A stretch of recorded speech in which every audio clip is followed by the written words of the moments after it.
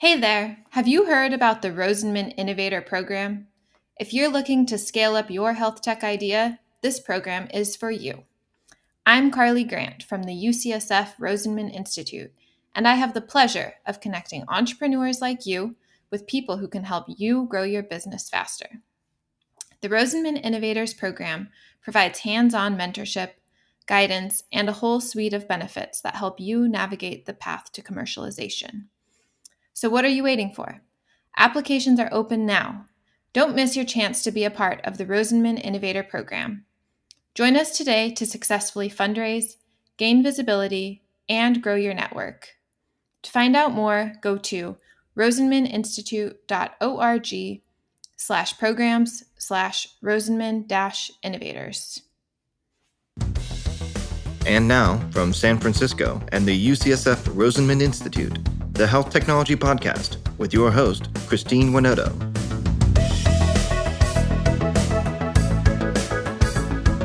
We're doing it wrong and we're not seeing change. Workplace diversity has been at the forefront of every diversity, equity, and inclusion conversation for the past few years. But mandatory bias training once a year as the solution just isn't cutting it. So what makes the cut?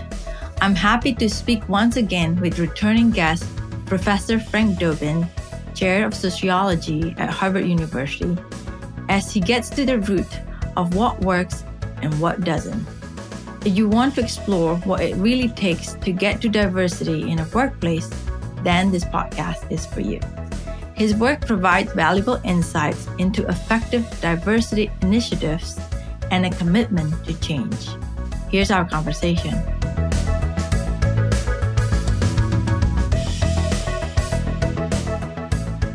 Well, welcome back, Frank. It's so great to see you here again. Thanks so much for having me again. Yeah, so congratulations on your book, Getting to Diversity, and it's out there. I thought if we can just dive in. And as you know, there's a lot of talk about diversity, and it's always been a topic that people need to talk about. And I feel like for the last few years, there's a lot more intensity in terms of diversity, and some of as a result of that, sometimes can be really extreme to the left, extreme to the right. So, what are the things that you learn, like what is about diversity, what works and what doesn't? Maybe you can start with what doesn't work. Well, the reason Sandra Kalev and I got to studying this a few years ago is that we were frustrated when we looked at what organizations were doing, companies, nonprofits, universities. We were frustrated when we looked at what they were doing because we saw them doing things that are pretty well known not to be effective at changing bias in individuals, mostly from laboratory studies. So we had a pretty good idea that some things like grievance procedures and diversity training, like grievance procedures for discrimination complaints or harassment complaints, diversity training and sexual harassment training, these things are kind of the go-to solutions to the problems of discrimination and harassment in the workplace. But we had a pretty good idea from these laboratory studies and from some field studies, for example, of individual firm-level grievance processes, that neither of those things really were going to work to change things. What we didn't have good evidence about is whether those things would have negative effects when it comes to changing what the workforce looks like, or whether they would just kind of have negative effects on individuals' attitudes, like their biases, or their intentions, like their intentions to improve their behavior, for example. We knew from the studies of those particular practices that they seem to have negative effects on those sort of psychological outcomes, but would that translate into actual negative effects on what the workforce looks like? So would the workforce actually become less diverse? Mm-hmm. And so what so the first thing we tackle in the book actually is how effective are these very common pro-diversity programs, and do they have the negative effects on workforce diversity that they have on individual bias? And the big picture argument is, or finding from 10,000 feet, is that these kinds of training programs, as they're usually put into place, and these sorts of grievance procedures mostly have negative effects. That is, they mostly lead not only to negative effects in terms of people's biases and their intended behavior, but they mostly lead to negative effects on the actual diversity of the workforce. And I think a lot of employers find that surprising when they first hear about it. But when you start to think about the sociological processes underlying these kinds of interventions, so training programs that are supposed to show people that they're actually biased or that their behavior constitutes harassment, and then grievance procedures that are designed to punish people for acting on biases or for engaging in harassment. If you think about the processes, the psychological processes that are supposed to underlie the efficacy of those things, I think it makes sense that they have adverse effects on bias and behaviors, but also on what the workforce looks like. That is, they make the workforce less diverse, and especially the management workforce. And that's because when you put people in a diversity training program that takes the typical format where people are shown that they are biased, the first goal is to convince people that they're biased or that they would be inclined to harass people without being aware of it. And then you go the next step of trying to show them that their behaviors, whether it's discrimination in the workplace or harassment, are against the law, and showing them what the law says. People just react very negatively to that. People don't like to be. They don't want to believe that they're biased. They don't want to believe that their behavior might constitute harassment. And when they see that the law is behind the impetus for the organization to make them change, they react very negatively to that, because people don't like to think that the law drives them to do what's right. They like to think that that's internal. And so the typical trainee and the typical person who's faced with a grievance process just has very negative reactions. So, and these are the upsetting thing is that in the United States, these are the most common strategies that firms use to prevent and remedy discrimination and harassment, prevent through training and remedy through grievance processes. So if you look across big and small firms alike, these are just the most common things that are out there. Mm-hmm. How is it different from, say, the sexual harassment training? How is it different? Because I kind of feel like there is a similar approach. Like, you provide this training, this is what the do's and what the don'ts, and why it's illegal, it's not legal. Right. So one interesting thing about sexual harassment training is that the kind of training that's offered to the workforce as a whole, which is very similar to the kinds of diversity training offered to the workforce as a whole. So the first topic is just to show people that some of their behavior might be harassing, and they might be unaware of it. Just like diversity training shows people that some of their thought processes might be biased and they're unaware of it. And then the second part of it is to show them what the law says they can't do. And essentially to put people on guard, like, if you do X, you might be harassing somebody, and that might come as news to people. So those kinds of trainings have clear adverse effect, that is, negative effects on diversity of the workforce. both diversity training and harassment training for the general population.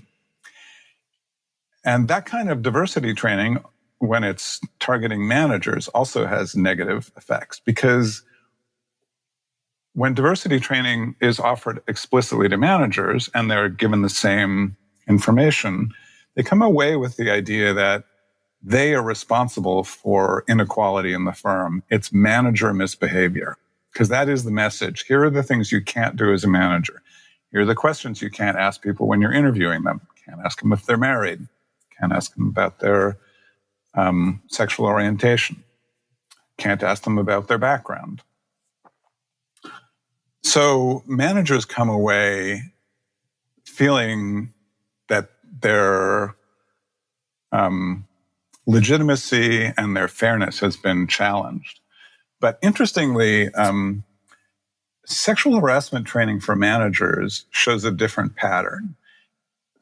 And when we interview managers about how they respond to sexual harassment training, we hear something pretty different than when we interview managers about how they respond to this kind of legalistic diversity training that puts them on the defensive. When we interview them about harassment training, they'll say, I knew that there was harassment going on in my work group. I knew that there was harassment going on in my team, but I didn't know what to do about it. And so harassment training for managers typically is kind of like bystander intervention training for harassment on campuses.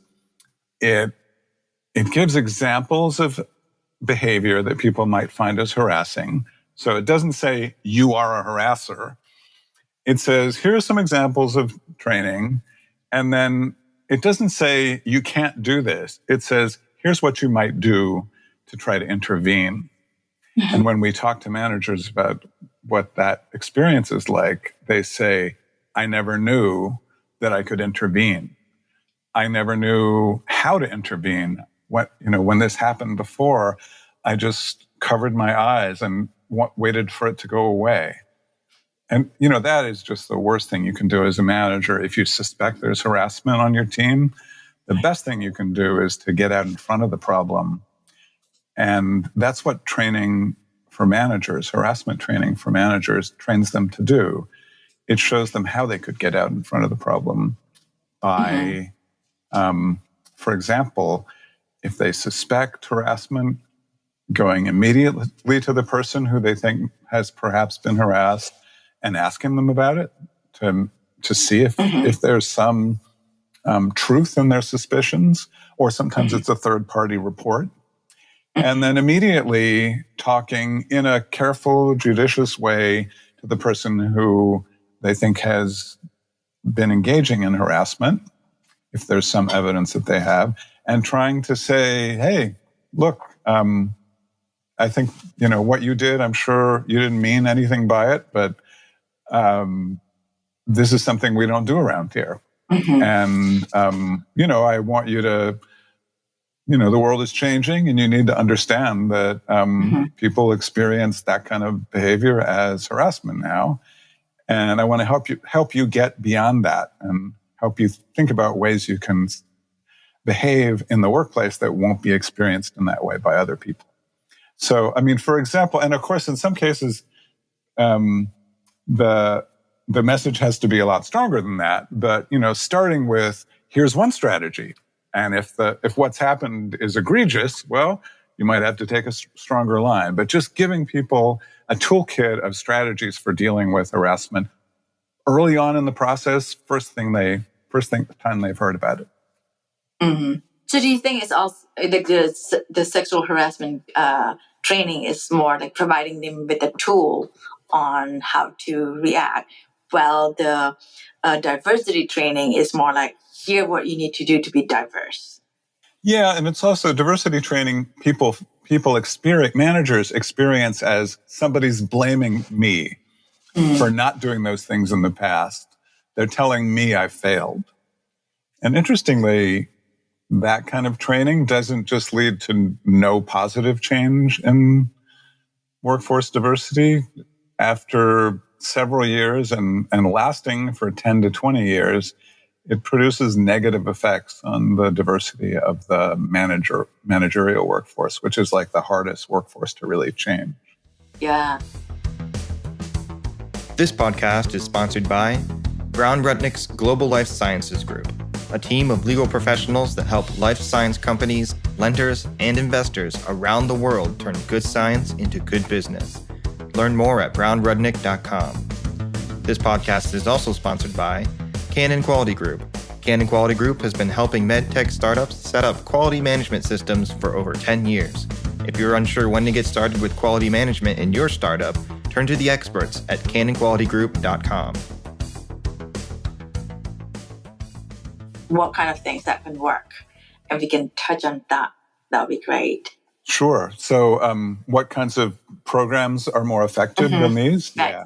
So the core of the book is really not about these things that we've tried and don't work, but about the promise of some things that are pretty straightforward to implement that have huge positive effects on workforce diversity. And I would say that the things that are most effective kind of come under two umbrellas. One is democratizing every aspect of the career system. And then the other is getting managers engaged themselves in solving the problem instead of blaming them for being biased or even for letting harassment go on. So under the first umbrella, if you think about how people's careers unfold in organizations, whether they're corporations, nonprofits, government, universities, there are a bunch of routines and practices that help people to develop so that, on the one hand, help people move into the firm and then help people learn how to succeed. So mentoring is an example. Give people the skills they need to move to the next level. So skill and management training is an example. And then help them manage their lives outside of work. So work-life programs are an example. So if you take those as four core parts of the routines and practices that guide people through their careers, so part of the overall career system, what we find is that in too many firms, these systems are left to chance. They're left to informal processes. And when they're left to informal processes, often women and people of color are excluded from the key recruitment activities, from the mentoring supports that people get, that some people get, from the skill and management training systems, and ironically, even from the work-life supports that some people get. So the question is, how can firms democratize all of these things? And I think our statistical analyses, which look at the effects of democratizing each one of these realms of the career system, we see a very clear pattern where if you move toward democratizing recruitment, mentoring, skill management training, work-life supports, you see very big increases in women and people of color in management. And I think the only way to explain that is by opening these systems up. You kind of equalize the playing field between white men, who often have pretty good access to these things, and the other groups who often don't have very good access. So, Mike, next question, like when you said Democrat, I don't ever know how to pronounce this thing, democratizing the system, like what does that mean? Like, so that, because I think some, women oftentimes don't have the access, and sometimes they don't know there is such thing. And how do you make that available? And because somebody has to inform, it's like you don't know what you don't know. Yeah, that's exactly right. People don't know that often that these things are part of the career system unless somebody tells them. So Well, let's start with recruitment, because that's how people get into the firm. Most firms hire people through networks. So most firms hire most of their employees through employee referrals. They may advertise and formally recruit, but employee referrals from existing employees are key. But in a lot of firms, that's all informal. It just happens word of mouth. So the CEO has a nephew who would like to have a job in accounting, and boom, that happens. The CFO and even, kind of low-level manager has a cousin. That person usually gets hired pretty quickly. So the problem with that system is most of the people in those jobs are white and men. Most of the people in management jobs are white and men. And so the people who tend to get hired through these word-of-mouth informal referrals are also white and pretty often men. Now, that's actually pretty easy to fix. So the way that firms have fixed it is by creating formal referral systems where they invite everybody in the firm to refer people for every single job opening. So it's pretty simple. Most firms already post job openings. So this system just means that they send around a message to everybody in the firm saying, we have this job that needs to be filled. And so we invite formal referrals, and often they give some kind of usually sort of token finder's fee. $250 after the person has stayed around for 6 months is common. And then they really need to say, we really want a referral from you, from everybody in the firm. And the reason that can help to diversify the ranks is that if you really send the message to the frontline worker you hired last week that you want their referral, you're more likely to get somebody who is a person of color referred, because their networks tend to be populated with more people of color because they themselves are more likely to be people of color. Women are more likely to refer women. So just doing that has a huge positive effect on the diversity of managers. First, the diversity of new recruits, but then after just a few years, the diversity of managers. One of the reasons is that people who come through referrals are more likely to stay with the firm. They know what they're getting, and also they have a buddy there already. They have somebody who they can go to if they have a problem, and who's going to look out for them if they seem to get a bad assignment. So that's one. So that's a way of like democratizing what we think of as the old boy network. The CEO can refer his nephew, and really opening it up to everybody. But how do you address, say, the people, like the leadership level? Because then sometimes there's an opening, say VP of whatever, XYZ, and then the people who tend to know people at that level tend to be in the same leadership level position. And currently they're still mostly the white male, for example. Then how do you change that? Well, oftentimes the entry level person don't have that network of the high level position. That's exactly right. And what we see in our interviews is that when we open up this kind of referral system to everybody, typically the people who are referred by frontline workers of color are going to be other frontline workers. But this is a system that at least makes the frontline jobs more diverse. And of course, those jobs eventually promote into lower level management and middle management. So it's not necessarily the quickest way to diversify top management, but it is a kind of growth from within model. And again, it's partly that you're going to get more diverse people being referred if you do this, more people from different backgrounds. And it's partly that they have a buddy there. They have somebody within the firm who within the organization who can help them find their way up. And also, people, if they don't like their employer, they don't refer their friends. So you get people who like the employer and who want to stay themselves doing the referrals. I think it's also this process. It's a long journey. It's not something that you can fix in 1 year. And it's like changing the culture, which, things like that takes a long time, but you have to keep nurturing. You cannot just do it one time and then it's solved. Absolutely. Though I will say that we see effects of these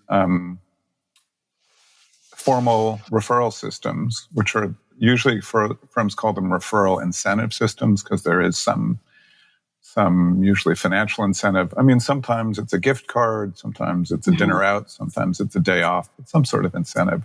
We see these effects kick in within a year or two for management jobs, all management jobs. So, doing this can help. It also helps to keep the referrer around, because the referrer suddenly may have a network of people in the company that he or she has referred, and they're like, oh, my friends are here. And so they themselves may be more committed. I also found that companies usually put a referral fee for their employee when the hiring environment is really hot. Yeah. When the hiring environment is not that hot, usually they don't want to spend the money. Or they'll only use a referral fee for the very top jobs, the jobs they consider difficult to fill. So, for example, a hospital might have one for an anesthetist, but not for an LPN. Right. And that doesn't work. I mean, it only really works to put these referrals in good times and bad, as you point out, and also for all jobs up and down the ladder. Yeah. I wonder, we are at University of California, so we're a public university, state employee. I'm not so sure we're allowed to refer people, because then it feels like there's that conflict of interest. So, I mean, referrals happen in different ways, right? But I bet in your university, as in mine, new jobs are posted. And if you're a staff member and you can look at the jobs that are posted, and you can tell your friends to apply for them. And your friends can list you as a reference. So now that might not be a direct referral, but it is basically, that's what a referral is. A person tells you that there's a job, and they say, I'll vouch for you. Yeah, and I definitely don't get $250. Exactly.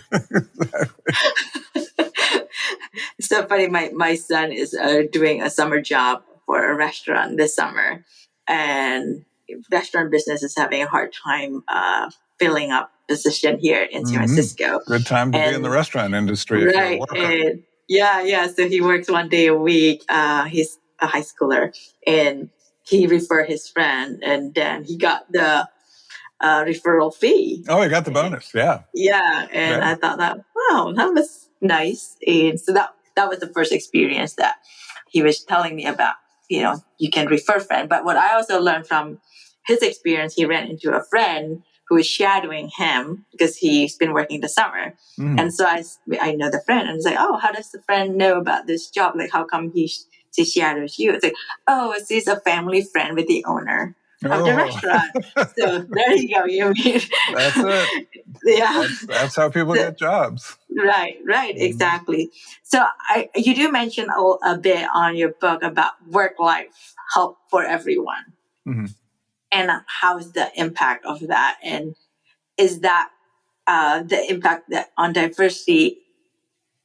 You see it much faster compared to the whole referral process. Well, because that's something that you can do right away and change. Make sure that everybody who is there are happy and stay in the job rather than leaving the job.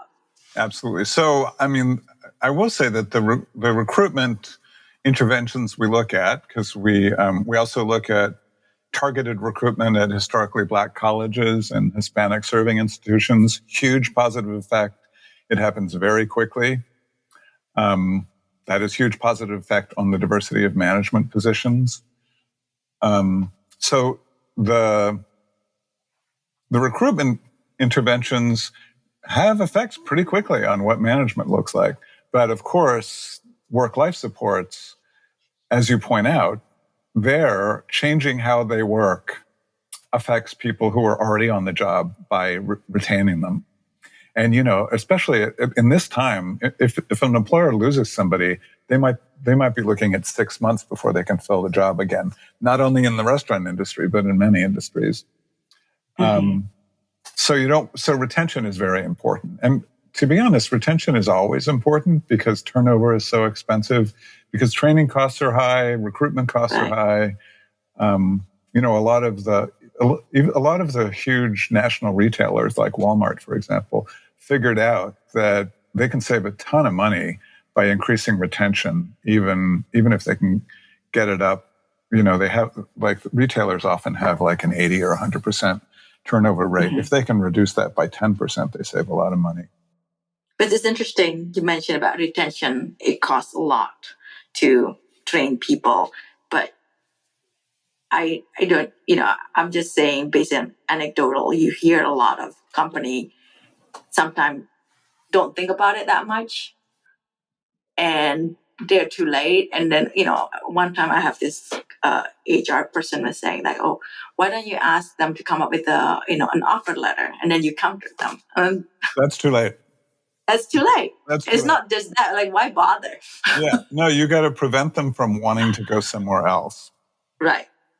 And, if you think about the things that people leave for, work-life challenges are very, very high on the list, especially for parents and people with employees who have aging parents who they have to care for. So, that's often like the number one reason people leave their jobs in a number of surveys. So what could firms do about that? Well, I talked about how recruitment is often informal, and if you formalize it and open it to everybody, you can kind of democratize who gets recruited. Work-life issues are kind of the same. So when we interview a lot of firms, both in quantitative surveys and in qualitative long-form interviews, and often, I'll say, so do you have any work-life programs? Do you have any work-life benefits? And the person will list 6 things. And I'll say, oh, so where's that? Could I see the manual? I'd love to see exactly what it says. Oh, it's not written down. So what does that mean? If somebody really needs this, we'll do it. We'll totally offer somebody complete time and place flexibility for working if they need it, if they come and ask me for it. And we will absolutely give people as much time off after they have a child, or if one of their parents gets sick, without pay, and a few months with pay. Absolutely, whatever they need. And we even have a child care center nearby that we help to subsidize. So if somebody has, and I'll just say, well, how do people know about it? Well, we give it to people when we really want to keep them and we're afraid of losing them. And just like your example of, well, bring me the offer letter and then we'll do something about retention. It's too late. It's too late if the person has to come and ask you. And who's going to ask you? Right. If you are the right-hand man of the CEO, the CEO, first of all, is going to know that you just had a baby, and is probably going to say, oh, do you need some time off? Do you need to work different hours? They're probably going to get out ahead of it, especially if they want to keep you. So, what we see is, like, in organizations that haven't formalized this and made it a right, haven't formalized flex time, work at home options, haven't formalized leaves and pay during leaves for family and medical issues, a new baby, a healthcare issue of a spouse, a failing parent. Those that haven't formalized it really haven't democratized it. You've got to put it in writing, and you've got to actually train people, train supervisors in how to make the requests come true. If somebody says, I had a baby, I need more time off, or my kid has a disability, I need to come in at 10 every morning for 2 months because they have this special treatment first thing in the morning. But what we see is that companies that formalize flex time, leaves, and childcare options as simple as just having a referral system so that people can find daycare in the area. Firms that formalize these see very dramatic increases in white, Black, Latinx, and Asian American women, but also in Black, Latinx, and Asian American men.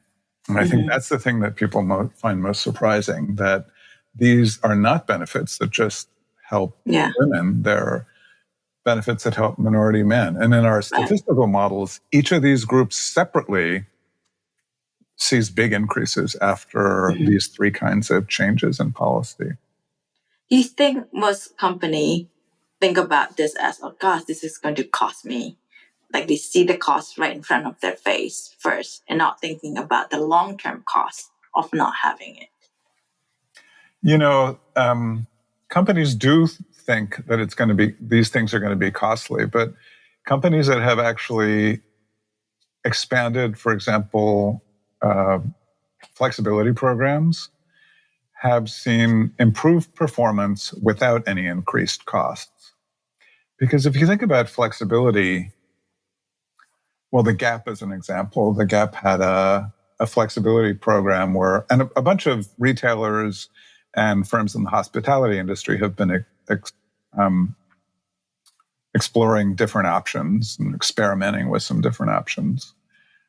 So the Gap made it possible for people to choose their own hours and to avoid certain shifts and to say when they would like to work. So if they had family responsibilities, they could avoid the kind of, last minute, you're on shift now, you've got to show up in an hour. And they actually found that it was no more costly and that performance increased significantly in their stores. And I think that's partly because turnover was reduced. Because if you have family responsibilities and you're in a job where there are last minute shift notifications, and you can't at all say, I can't work on Friday afternoon between 2 and 5, any other time is fine. You just can't say that. You're looking for another job if your kid plays soccer on Friday afternoon. And if you're in a frontline job, you're gonna take a job at Arby's if you can't make it work at the Gap, right? Yeah. So employers who have experimented with these things, like with these kinds of flexibility, leave, and childcare options, they're not seeing that costs go up, and they are seeing that retention and performance are improved. So I think that's why we're seeing so many employers just trying out new things. Yeah. No, this is great. I know we're short on time. I feel like I could talk a lot about this. There's so many aspects that we didn't cover that you mentioned on your book, and I recommend the read, especially if you are entrepreneur who are interested in bringing diversity to the workforce and then maintain it and keep it growing, which is I think it's good for everybody. Pick up the book and read it. I think it's a great read. And thank you, Frank, for joining me today.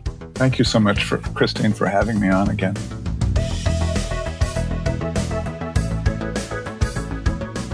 Thank you for listening to another episode of the Health Technology Podcast. We want to thank our executive producer, Herminio Neto, and our podcast engineer, Andrew Rojek. If you enjoyed this podcast, be sure to subscribe and leave a review. The Health Technology Podcast is available on all major platforms.